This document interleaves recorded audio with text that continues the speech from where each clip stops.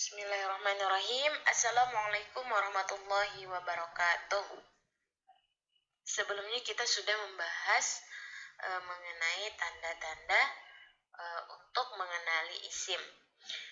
Untuk pembahasan kali ini kita akan membahas mengenai pembagian isim berdasarkan jenisnya.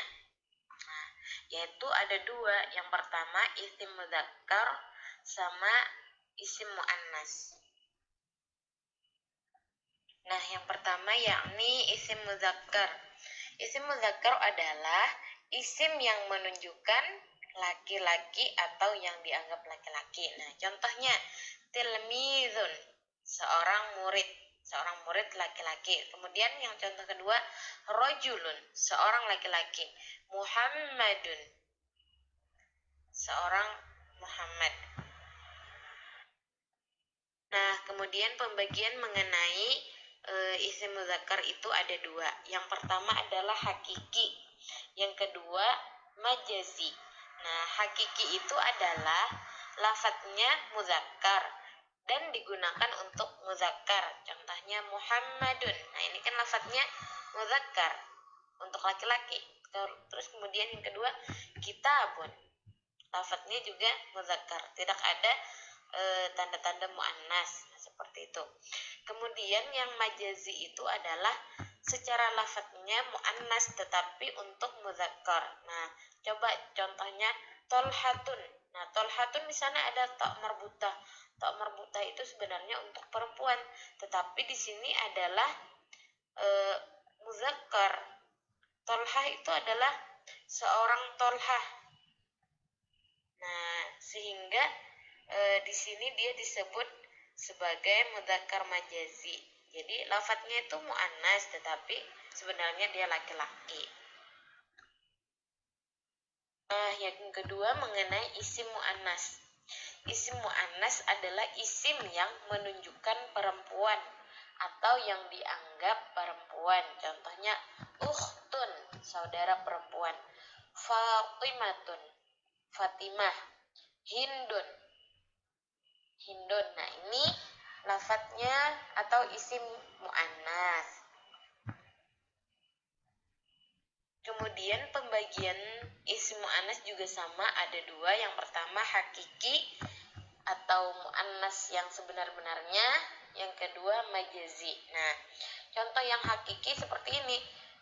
Lafadznya muannas dan digunakan untuk muannas. Fatimatun. Jadi sudah sangat terlihat jelas bahwasanya ini adalah isim muannas, ada ta marbutahnya seperti itu. Yang kedua madrasatun. Nah, ini juga lafadznya muannas dan digunakan untuk muannas. Nah, kalau yang majazi secara lafadznya mudzakkar kemudian tetapi untuk muannas. Nah, contohnya Zainabun. Zainabun kan tidak ada tanda-tanda muannas. Seperti itu, tetapi dia adalah nama bagi seorang perempuan. Sama seperti Tolhah tadi. Tolhah itu kan nama laki-laki, tapi tulisannya itu atau lafadznya itu seperti lafadz muannas, seperti itu. Nah, ini ada isim yang termasuk muannas. Isim yang termasuk muannas apa-apa saja. Yang pertama, nama perempuan. Nama perempuan contohnya Fatimatun. Yang kedua, terdapat tak marbutah. Jadi setiap kata atau lafadz yang ada tak marbutahnya berarti perempuan, berarti muannas. Contohnya jami'atun, madrasatun, saburatun. Nah, kalau yang ketiga alif taknis, ada alif taknis. Nah, seperti ini alif maksurah namanya. Kubro, bisa suro. Nah, kalau ada yang seperti ini alif taknis al maksurah namanya. Kemudian yang keempat alif taknis al mamdudah seperti baydo. Baydo ini artinya keputih-putihan. Kemudian yang kelima berarti muannas majazi tadi. Muannas majazi seperti asyams atau ini lebih ada juga yang mengatakan yang apa yang berpasang-pasangan, asyams matahari dengan bulan misalnya. Nah, itu juga termasuk isim muannas.